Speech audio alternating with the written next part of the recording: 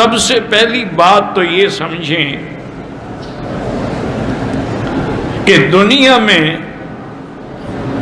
جتنے فرقے ہیں اور جتنے ہمارے اعداء ہیں ان سب کی بنیاد جو ہے وہ یہودی ہے، لیکن انہوں نے براہ راست حضور صلی اللہ علیہ وسلم کی ذات پہ حملہ نہیں کیا، صحابہ سے حملہ شروع کیا۔ اس کی وجہ یہ ہے کہ دین اسلام کے گواہ جو ہیں وہ صحابہ ہیں۔ اب دیکھیں نا، نماز کا حکم آیا تو نماز حضور کے پیچھے صحابہ نے پڑھی، ہمیں سمجھائی۔ حج کا حکم آیا، حج حضور کے ساتھ صحابہ نے کیا۔ طواف، صفا مروہ، عمرہ، حلق، قصر، جمرات، نہر، ساری چیزیں انہوں نے خود حضور کے ساتھ مل کے کی اور حضور سے سیکھا۔ تو ہمیں پہنچانے والے جو ہیں وہ صحابہ ہیں۔ یہ کہانی ہے، کوئی ایسی چیز نہیں ہے۔ مسلم شریف میں والے ایک حدیث، اوپر تلے 3 حدیثیں ہیں، 639، 640، 641۔ اما عائشہ کے پاس ایک بندہ آگے کہتا ہے بتائیں کہ موضوع پہ مسح کی مدت نبی علیہ السلام نے کتنی مقرر فرمائی؟ تو انہوں نے کہا تم علی ابن ابی طالب کے پاس جاؤ، ان کا زیادہ وقت رسول اللہ کے ساتھ سفر و حضر میں گزرتا تھا، وہ تمہیں بتائیں گے۔ تو مولا علی نے پھر فرمایا کہ نبی علیہ السلام نے مسافر کے لیے 3 دن اور 3 رات، مقیم کے لیے 1 دن اور 1 رات موضوع پہ مسح کی مدت مقرر فرمائی۔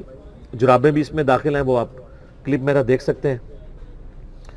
تو اس حدیث میں یہ ضرور اشارہ ملتا ہے کہ سیدہ عائشہ جو سینکڑوں صحابہ کی استاد تھیں، ان کو بھی جس مسئلے میں کنفیوژن ہوتی تھی مولا علی سے پوچھتی تھی۔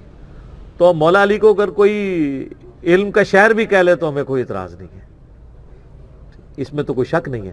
صحیح بخاری میں حدیث موجود ہے، مولا علی جب کوفے شفٹ ہوئے، دارالخلافہ انہوں نے شفٹ کیا، تو وہ ظہر سے لے کر مغرب تک لوگوں کو دین سکھایا کرتے تھے، صرف نماز کا وقفہ کرتے تھے، اور لوگوں کو ایون وضو کا طریقہ بھی سٹیج پہ چڑھ کے اوپر چبوترے پہ سکھاتے تھے۔ اب ہمیں قرآن نے جو جو حکم دیے، اب اس حکم کی وضاحت ہمیں نبی نے کرنی۔ مثلا قرآن کا نماز پڑھو، ہم نے کہا کیسے؟ اس کا جیسے میرا نبی پڑھتا تھا۔ یہی ہے نا، بڑی سادہ سادہ دلیلیں دے رہا ہوں، کوئی مشکل بات میں نے کی نہیں، کوئی فلسفہ، منطق، علم کلام، کوئی حدیث کی بحث میں نے چھیڑی نہیں، سادہ دلیلیں۔ قرآن نے ہمیں کہا نماز پڑھو، پورے 30 سپارے قرآن میں بابا جی خدا نے نبیوں کے قصے بتائے، خدا نے پرانی کہانیاں سنائی، خدا نے یہ نہیں لکھا کہ پہلی رکعت اتنی پڑھنی ہے، دوسری رکعت میں یہ پڑھنا ہے، رکوع میں یہ پڑھنا ہے، سجدے میں یہ پڑھنا۔ اگر خدا یہ سب کچھ لکھ دیتا، آج ہمیں نبی کی ضرورت ہی نہ رہتی، پھر تو وہ بات سچی ہو جاتی نا کہ قرآن کافی ہے۔ قرآن تو کافی نہیں ہے نا حضور، قرآن تو ہرگز کافی نہیں ہے۔ اگر صرف کتاب کافی ہوتی تو آج سکولوں میں صرف کتابیں پڑھی ہوتی، ٹیچر نہ ہوتے۔ آج عدالتوں میں صرف قانون کی کتاب ہوتی، جج نہ ہوتے۔ آج چوکوں میں صرف قانون کی کتابیں ہوتی، ٹریفک والے نہ ہوتے۔ کتاب تب تک کامیاب نہیں ہوتی جب تک کتاب سمجھانے والا ساتھ نہ ہو۔ ٹھیک ہو گیا جی؟ اب خدا نے ہمیں کہا نماز پڑھو، ہم نے کہا کیسے؟ فرمایا جیسے میرا نبی پڑھتا تھا۔ اب ہم آئے 1400 سال کے بعد، ہمارا کیا قصور ہے؟ ہم نے قرآن کھولا، اس کا نماز پڑھو، ہم نے کہا کیسے؟ اس کا جیسے میرا نبی پڑھتا تھا۔ اب یہ جیسے کون سمجھائے گا؟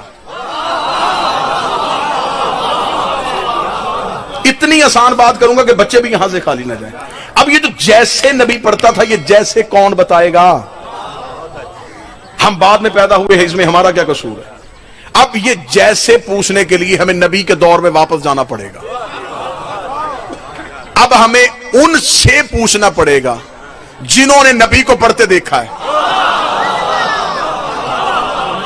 ٹھیک ہے، اب ہمیں ان کی طرف جانا پڑے گا۔ ٹھیک ہے، ایک فرقہ یہاں ہاتھ باندھ کے نماز پڑھے، ایسا ہی ہے، ایک یہاں، ایک ناف کے نیچے، ایک کھول کے۔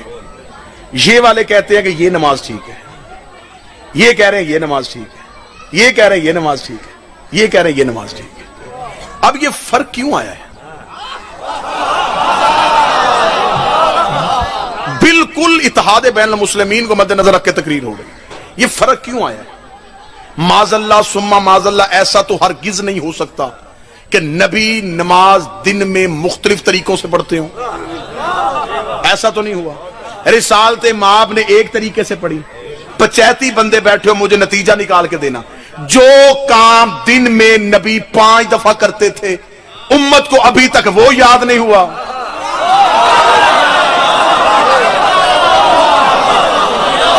بابا جی یہ کام وہ نہیں تھا جو نبی چھپ کے کرتے تھے, سامنے کرتے تھے. تو امت کے علماء کو ابھی تک یہ کیوں نہیں پتا چل سکا کہ کیسے کرتے تھے؟ جو کام دن میں 5 دفعہ بار بار دہرایا امت وہ بھول گئی. غدیر تو ایک دن آیا تھا. بھئی آپ کس بھولی امت سے علی ولی اللہ منوا رہے ہیں؟ آپ کن لوگوں سے علی ولی اللہ منوا رہے ہیں کہ غدیر تو ایک دن کا واقعہ ہے؟ جو کام دن میں روزانہ 5 دفعہ ہو رہا ہے. اب یہ فرق نبی کا نہیں ہے, معذرت, میرے نبی کا طریقہ ایک تھا. یہ فرق ہے اماموں کا. ہر ایک نے اپنے اپنے امام سے پوچھا. ہم نے اپنے امام سے پوچھا, انہوں نے کہا کھول کے پڑھتے تھے. ایک نے کہا, اس نے کہا نہیں ہاں یہاں, ایک نے کہا یہاں, ایک نے کہا یہاں.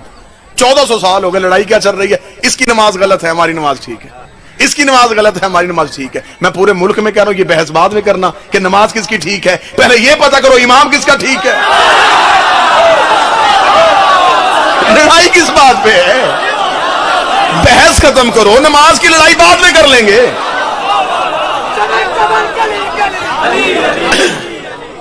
اس کی نا بیس بڑھا دے.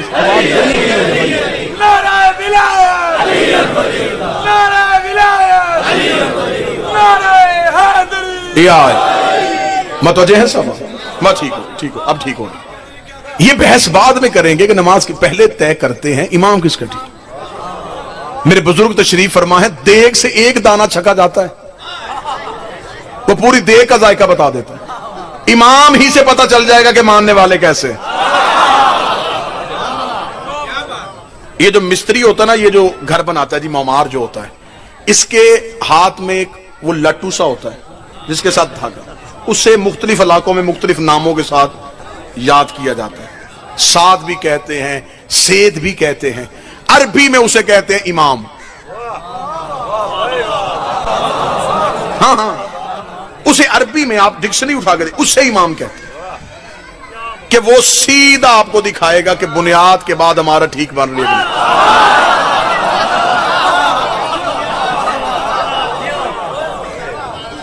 دیوار چھوڑو, بنیاد چھوڑو, پہلے دیکھو امام کس کا ٹھیک.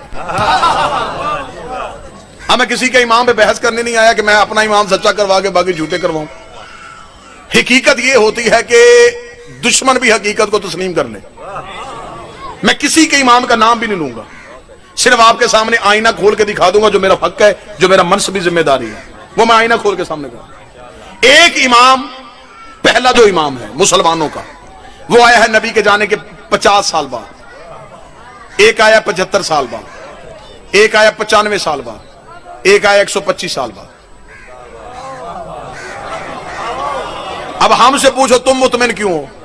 ہم نے جس سے دین پوچھا ہے اس نے آنکھ کھولی تو نبی کی گود تھی.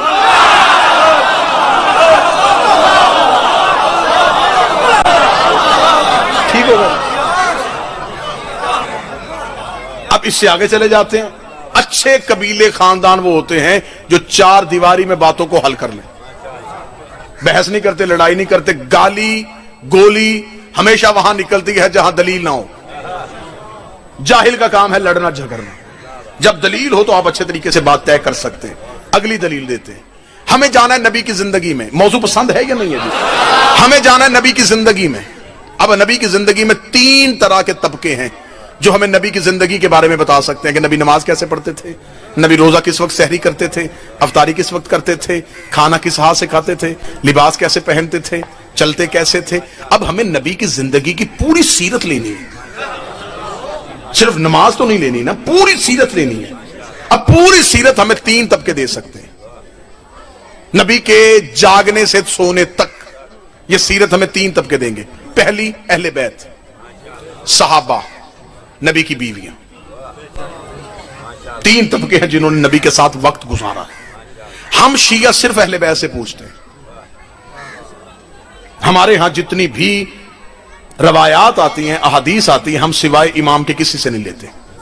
میرے اہل سنت بھائی ہم سے کہتے ہیں کہ نہیں، صرف اہل بیت سے نہیں، صحابہ سے بھی دین پوچھا جا سکتا ہے، اس لیے انہوں نے سیاستہ میں زیادہ تر روایات جو ہے وہ صحابہ سے نقل کی ہے۔ ٹھیک ہے، ان کا اپنا دین ہے، انہیں مبارک، لیکن میں اس نظریے میں ایک بات ضرور آپ سے کہوں گا، اگر آپ صحابہ سے دین لیں گے تو آپ کی ایک مجبوری بنے گی، صحابی آپ کو وہی دین دیں گے جو نبی کے گھر کے باہر تھا۔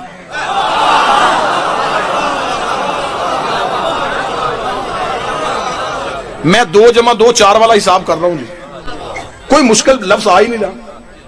وہ ہمیں وہ باتیں بتائیں گے جو نبی کے گھر کے باہر تھی۔ کیوں؟ میں وجہ بتا دیتا ہوں۔ اللہ نے قرآن میں حکم دے کے انہیں منع کیا تھا، خبردار میرے نبی کے گھر کے اندر داخل نہیں ہونا، اگر جانا پڑ بھی جائے تو زیادہ دیر بیٹھنا نہ، نبی کے گھر کے برتنوں کو بھی آنکھ اٹھا کے نہ دیکھنا۔ اب اگر ہم صحابہ اکرام رضوان اللہ علیہم اجمعین سے پوچھیں گے تو یہ ہمیں گھر کے باہر کی باتیں بتائیں گے، اندر والی سیرت پھر ادھوری رہ جائے گی۔ اب اگر ہم کہیں گے ہم نبی کی بیویوں سے پوچھیں گے تو وہ صرف اندر کی باتیں بتائیں گی، کیونکہ انہیں قرآن نے منع کیا ہوا ہے کہ باہر نہیں آنا۔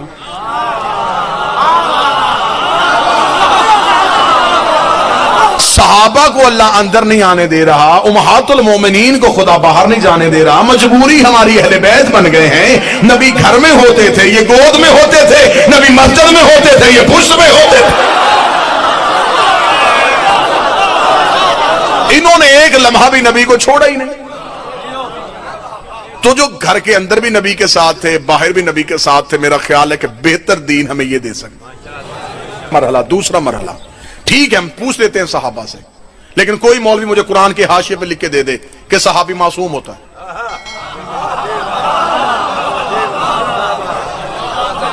میں مان لیتا ہوں، میں مائک پہ یہ 2 ویڈیو کیمرے لگے، میں ان کے سامنے اقرار کر رہا ہوں، میرا کلپ بناؤ پوری دنیا میں پھیلا دو کہ میں صحابہ سے دین لینا شروع کر دوں گا، کوئی مولوی قرآن کے حاشیے پہ لکھ کے دے کہ صحابی معصوم عن الخطا ہوتے ہیں، ان سے غلطی نہیں ہوتی، وہ بالکل عصمت کے درجے پہ فائز ہوتے ہیں۔ اگر آپ کہتے کہ صحابی معصوم نہیں ہوتے، باعزت ہیں، ان کی عزت ہے، ان کا احترام ہے، لیکن وہ معصوم نہیں ہے۔ معصوم نہ ہو تو غلطی ہو سکتی ہے، ان کے لفظ میں غلطی ہوگی، میرا دین غلط ہو جائے گا۔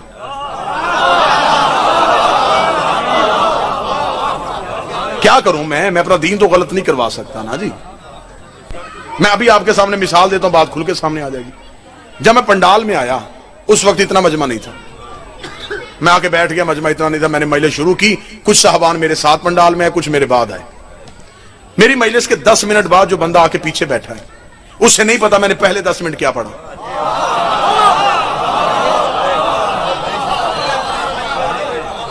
اب قصور اس کا بھی کوئی نہیں، جب وہ آیا ہی لیٹ ہے، اسے 10 منٹ کے بعد والی مجلس کا پتا ہے، پہلی کا نہیں پتا۔ تو میرا سنی بھائی ضد کس بات کی ہے؟ ہم صحابہ سے پورا دین کیسے لیں؟ کوئی 40 سال بعد مسلمان ہوا،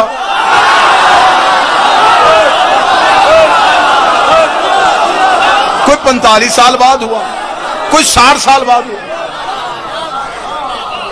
وہ ہمیں اس سے اگلا دین تو دے سکتے ہیں، پچھلا کون دے گا؟ پچھلا دین ہم کہاں سے لیں گے؟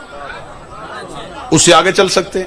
میں ابھی یہاں پہ تقریر کروں، 45-50 منٹ گفتگو کرنے کے بعد میں فوراً چپ ہو کے مائک میں اعلان کروں جتنی میں نے 50 منٹ تقریر کی ہے، میرے مجمع سے کوئی ایک بندہ اٹھے جو مجھے لفظ بلفظ سنائے، ایسا ہو سکتا ہے؟ میں کہوں گا نہ لفظ بدلنے چاہیے، نہ ترتیب بدلنی چاہیے، نہ روانی بدلنی چاہیے، وہی الفاظ ہونے چاہیے، وہی جملوں کی ترتیب ہونی چاہیے، کوئی ایک اٹھے، ایسا ہو سکتا ہے؟ میں کہوں چلے میں وقت دیتا ہوں، میں 2-3-4 گھنٹے میں بیٹھ جاتا ہوں ڈیرے پہ، سارا مجمع اکٹھا ہو کے ایک ایک جملہ اکٹھا کرے، میری 50 منٹ کی تقریر واپس کر دیں؟ نہیں ہو سکتا۔ اتنا جدید دور ہے جہاں انسان ترقی کے کہاں کہاں کے زینے طے کر گیا ہے، لیکن وہاں بھی ابھی تک یہ ممکن نہیں ہو سکا کہ لفظوں کو فوراً ذہن محفوظ کر لے۔ اب مجھے نہیں پتا کہ باتیں تو صرف دلیلیں ہوتی ہیں جن سے بندوں نے سمجھنا ہوتا ہے، اینٹوں کے ساتھ تو انسان نہیں حیوان ہی سمجھ سکتا ہے۔ دلیل میں آپ کے سامنے پوری دے رہا ہوں، میری 50 منٹ کی تقریر اتنا پڑھا لکھا مجمع فوراً بھول گیا، نبی کی 23 سال کی تبلیغ چند دن پہلے بدھ چھوڑنے والے بندوں کو یاد کیسے ہو سکتا؟